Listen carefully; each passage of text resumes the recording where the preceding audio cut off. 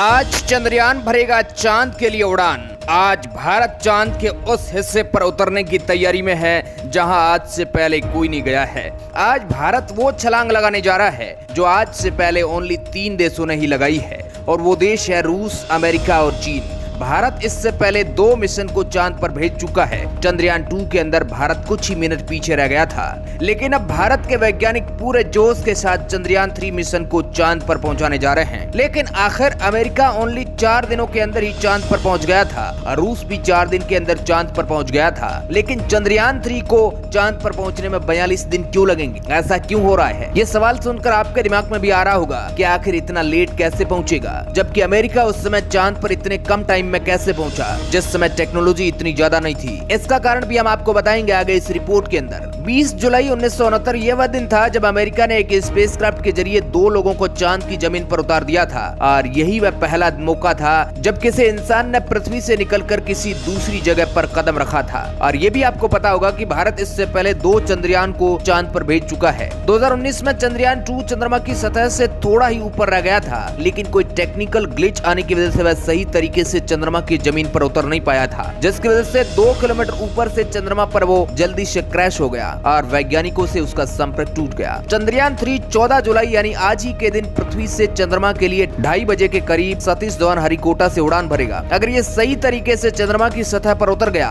तो भारत, अमेरिका, रूस और चीन के बाद चौथा देश बन जाएगा चांद पर उतरने वाला। चंद्रयान 3 लॉन्च होने के करीब 1 महीने बाद चंद्रमा की कक्षा में दाखिल होने का अनुमान है, और इसके अंदर मौजूद रोवर और विक्रम लैंडर 23 अगस्त के करीब ये चंद्रमा की सतह पर उतरेंगे। यानी सीधे तौर पर देखा जाए तो चंद्रयान 3 को चांद पर उतरने में 42 दिन लग जाएंगे। महीने से भी ज्यादा का समय वहां पहुंचने में लग जाएगा, जबकि दूसरे देश इतने कम टाइम में कैसे पहुंच गए? चलिए पूरा विस्तार से इसके बारे में आपको बताते हैं। इसके पीछे वजह है रॉकेट की डिजाइनिंग, इसमें खर्च होने वाला ईंधन और चंद्रयान की स्पीड। इन तीनों कारणों की वजह से चंद्रयान 3 को चांद पर पहुंचने में 42 दिन लगने वाले हैं। अंतरिक्ष में लंबी यात्रा करने के लिए यान को ले जा रहे रॉकेट की तेज स्पीड और सीधी लॉन्चिंग स्थल की जरूरत होती है, और जो इंसानों को लेकर मिशन चांद पर गया था उसके लिए नासा ने सैटर्न बी का इस्तेमाल किया था, जो सुपर हेवी लिफ्ट लॉन्चर था। ये 1 घंटे के अंदर 39,000 किलोमीटर की यात्रा कर सकता है।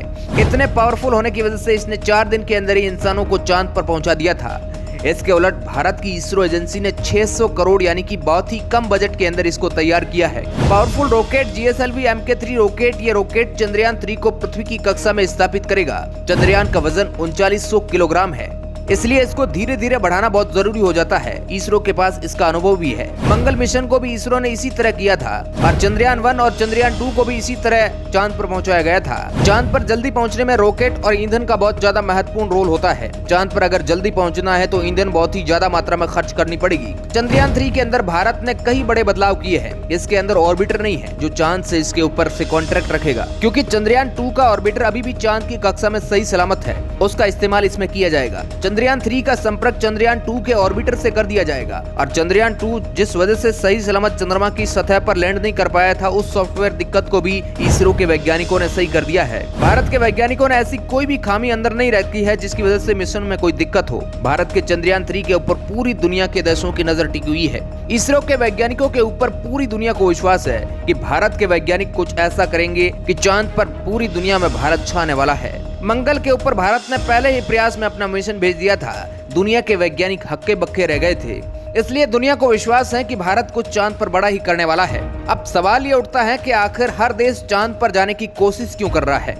चांद तो एक बंजर जगह है, तो फिर ऐसी क्या चीज है जो इतनी ज्यादा इसे खास बना रही है? वैज्ञानिक बताते हैं कि चांद पर जाकर रहने से हम पृथ्वी से भिन्न प्रकार के वातावरण को समझ पाएंगे। यही वजह है कि नासा चांद पर अगले कुछ सालों में इंसान को उतारने की फिर से प्लानिंग कर रहा है। चांद हमारी पृथ्वी से बहुत ज्यादा नजदीक मौजूद है, जिस वजह से यहाँ पर जल्दी जल्दी मिशन करना और उनमें गलतियाँ सीखना भी बहुत आसान हो जाता है। इस प्रोसेस में समय और पैसे दोनों की बहुत कम लगते हैं। वहीं अगर हम डायरेक्टली इस चीज को मंगल ग्रह पर करने की ट्राई करेंगे तो ये बहुत ही ज्यादा रिस्की भी होगा और बहुत ज्यादा महंगा भी होगा। इसके अलावा चांद पर कुछ वैल्यूएबल चीजें भी मौजूद है जो हम इंसानों को भविष्य में बहुत काम आ सकती है। आज हम इंसान ग्लोबल वार्मिंग की दिक्कत को झेल रहे हैं। इंडस्ट्रीज और गाड़ियों से निकलने वाले धुएं की वजह से हमारी पृथ्वी का तापमान तेजी से बढ़ता जा रहा है। इसकी वजह से दुनिया भर में मौजूद ग्लेशियर्स पिघल रहे हैं, जिससे समुद्र का लेवल बढ़ रहा है। आपको जानकर हैरानी होगी कि अगर सब ऐसे ही चलता रहा तो आगे चलकर मालदीव जैसे फेमस देश पूरी तरीके से पानी के अंदर डूब जाएंगे। धीरे धीरे हमारी पृथ्वी का तापमान इतना हो जाएगा कि हम उसमें सहन ही नहीं कर पाएंगे उसे।